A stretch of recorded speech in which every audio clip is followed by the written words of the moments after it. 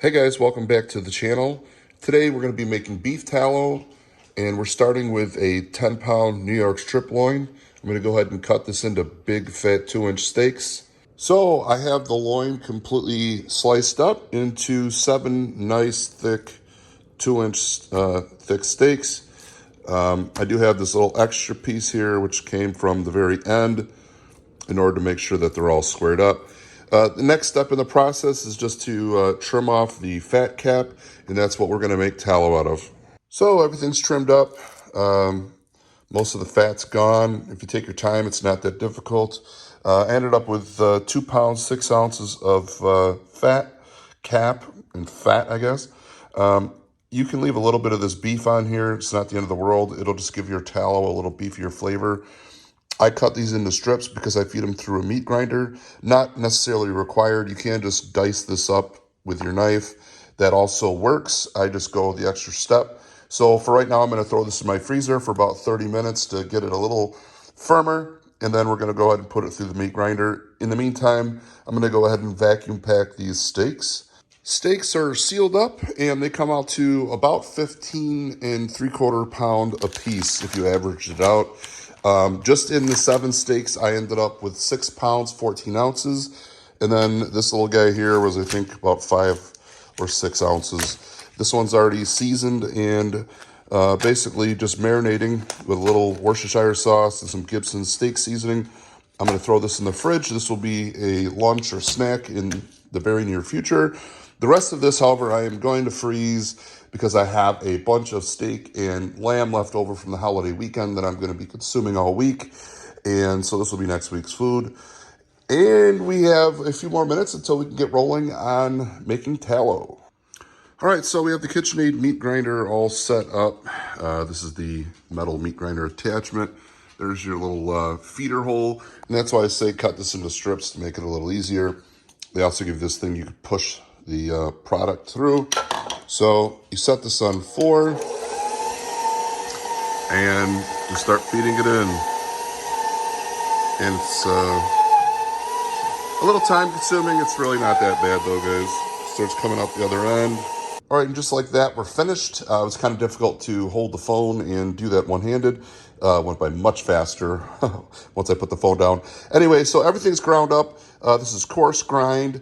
At the very end, just so I don't have any big chunks of fat left behind in the auger, I do feed a little bit back through. So I didn't grind everything twice like you might if you were doing like burgers per se, but I do feed a little bit through just to get the large chunks out of the way. So let's go ahead and get this on the stove. So this is the Maiden Voyage on the Smithey 5.5 quart Dutch oven.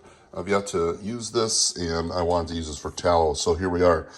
First, we're going to take our meat, toss it into the pan. If I can get it all in there.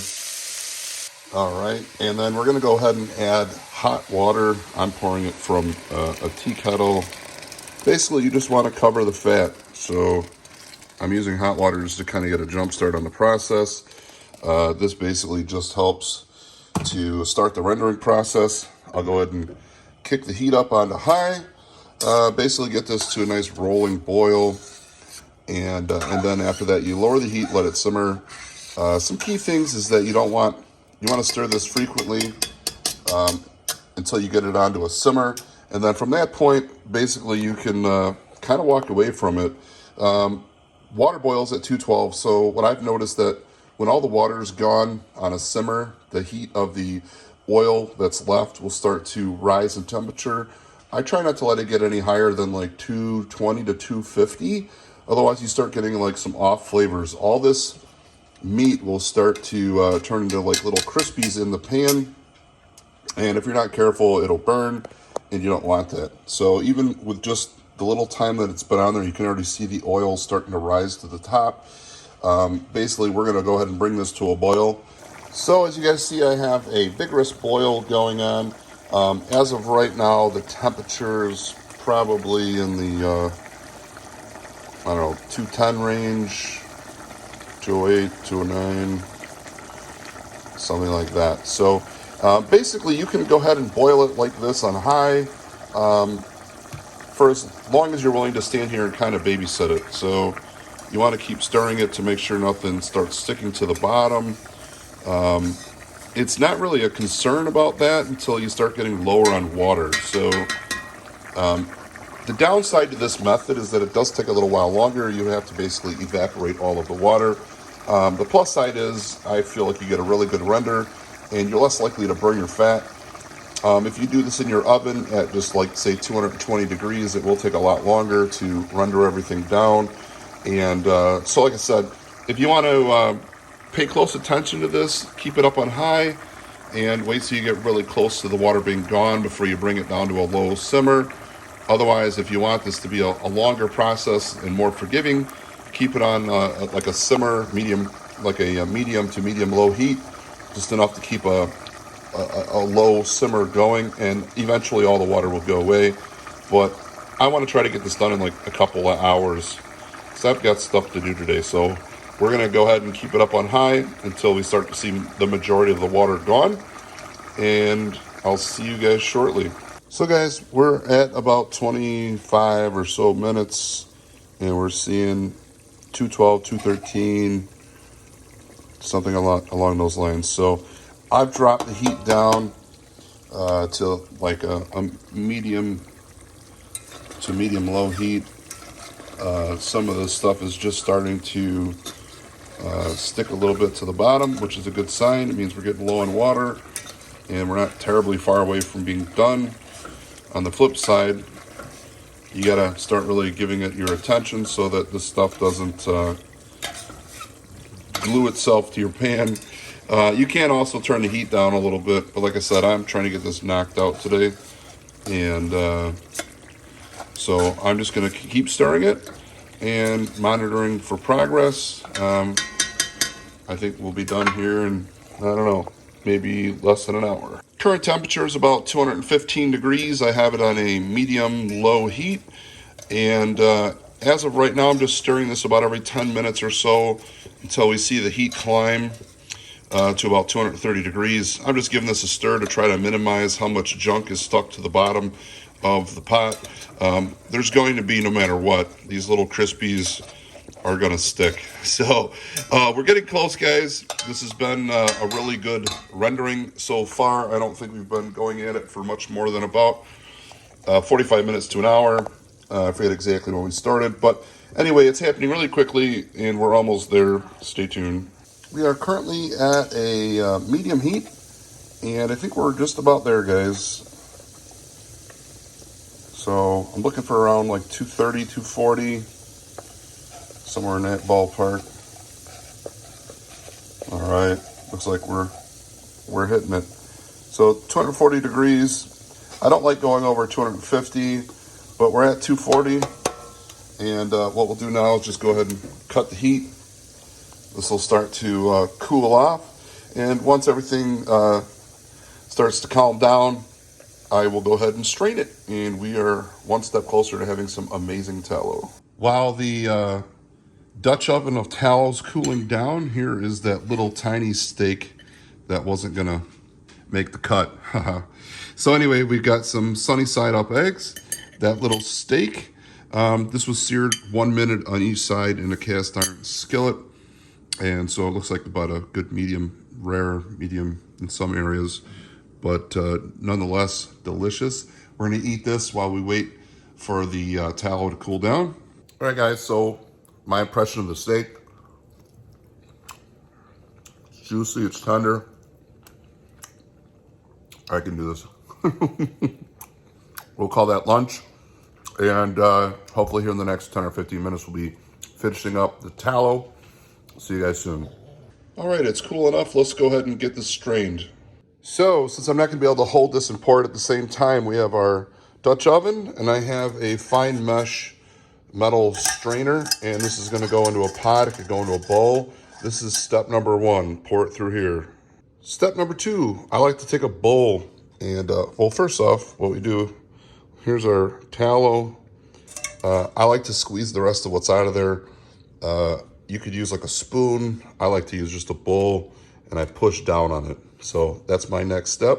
So I push that down within reason. Obviously, you're not going to push super hard just because you don't want to ruin your little screener. So we're done with that step.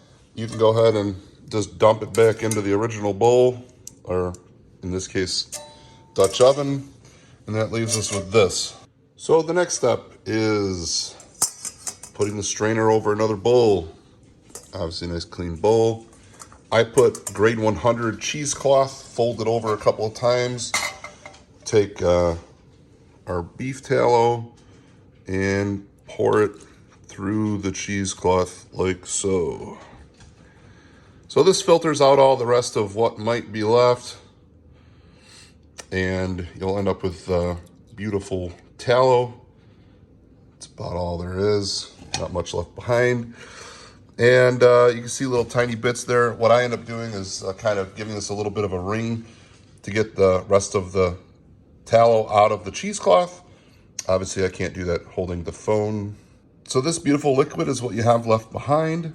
There is our tallow. There is what was trapped in the little cheesecloth deal. What's next is to go ahead and get this into some jars. All right, so I'm anticipating this fitting into the 3 jars I have. I think these are about 8 ounces a piece. So basically you just pour this in like so. Pour it up to about there. All right, looks like we might be able to get away with 2. Let's go 2 really full jars. Bam. Look at that. Perfect. All right, so this 2 jars is all it took. So we're gonna go ahead and throw the tops on these, and then I usually write the date on there. This stays good for a super long time. I'll be back with you guys in a little bit to show you what it looks like after it cools down. The Smithey 5.5 quart Dutch oven did fantastic on its maiden voyage. Have it all nice and clean, reseasoned, and ready for its next mission. Let's go ahead and check out the tallow. All right, and the moment you all have been waiting for. So what I like to do is date my jars so I know when I made it. This one is refrigerated. It usually has a nice white color, and it's hard. Okay, and then this one here, I left out. So it's soft, pliable, and a little bit well, it's still white, but it's a little bit off-white in color compared to that. They're pretty close. Anyway, this one's whiter looking, but anyway, same exact product from the same batch. So typically I leave something out if I plan to cook with it. I've read it's good up to a year on your counter. I typically refrigerate it since I get more than I use in a short period of time. So I'll leave this out to cook with, and this will go in the fridge. This is pork tallow or pork fat from breakfast sausage and bacon. So this was 2 pounds of cooked meat, and it yields half of what that 10-pound New York strip loin produced. Totally different flavor. Obviously, this is going to be more pork-like flavor, bacon-like, and this is slightly beefy. And I pretty much use this to cook with exclusively at this point.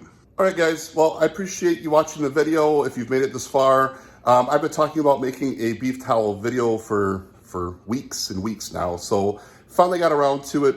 Unfortunately, I've had to like hold the phone and shoot the video all at the same time. So I wish I could have got better angles and you know, all that. But I'm a one-man show. So anyway, as far as how long you can keep this stuff, like I said, I've read a year on your counter. I don't know that I'm good with that. I typically use, like, say that half pint jar is maybe a month, you know, a couple weeks to a month. It depends. I typically end up with way more fat than I can use. And when I start getting an excess amount, what I usually do is like fry fish or fry chicken or do something like that to kind of use a bunch of it at one time. And typically when I fry food, since I have so much beef tallow or fat, pork fat, I usually don't keep it to use it again. I just pitch it. So anyway, that's what I do. I know some people fry with it and keep it, strain it, keep it. I'm like a one and done when it comes to frying. And like I said, I have so much of it coming in that's kind of like how I get rid of a bunch of it at one time to kind of rotate stock. As of right now, I think I have like 3 pints worth, or maybe even 4 pints worth of beef tallow in my refrigerator. So there's no, excuse me, no shortage of it. So anyway, that kind of wraps up the video. If you guys have any questions, let me know. As far as the method, the water method has always worked really well for me. I know you can just go ahead and bake it at like say 220 degrees. I think it takes a lot longer. I know the concern might be, oh, residual water left over in the boiling method. And that's why I don't pull it or cut the heat until I reach like, 240 degrees. Pretty confident at that point that all the water is gone. Throughout the boil, as you guys saw, the temperature usually ranges like 208 to 212, and then it will start climbing, and that's how you know you're getting there. Like I went to 240 this time around. It's like kind of like my go-to temperature. Seems to work really well. I have not had any residual water left in any of the tallow that I've made. However, if you did, it is oil and water. It will separate. Once it hardens in your refrigerator, if you were to open the jar, you could just pour the water off of it, and that would be that. I also recommend that when you seal these after you jar them, if you're not going to use them right away, don't pop the seals. The seals do pop when you first open them initially, kind of like when you can something. So I guess for freshness purposes, which may not even be necessary based on everything I've read, I guess I don't open it till I'm ready to start using that particular jar. And you could also kind of like look, and see if there was water floating in the top. So anyway, that is my beef tallow process. It's been really successful for me. I've done this numerous times with both pork and beef, and I've been really satisfied with the results. Maybe in another video, I'll try it the other method where you just bake it at 220, but I know it takes like 6-8 hours to do that way. You can also do it in a crock pot. It takes about the same amount of time. I'm not sure if the yield is comparable or what, but anyway, that concludes this video. I'll see you in the next one. Take care.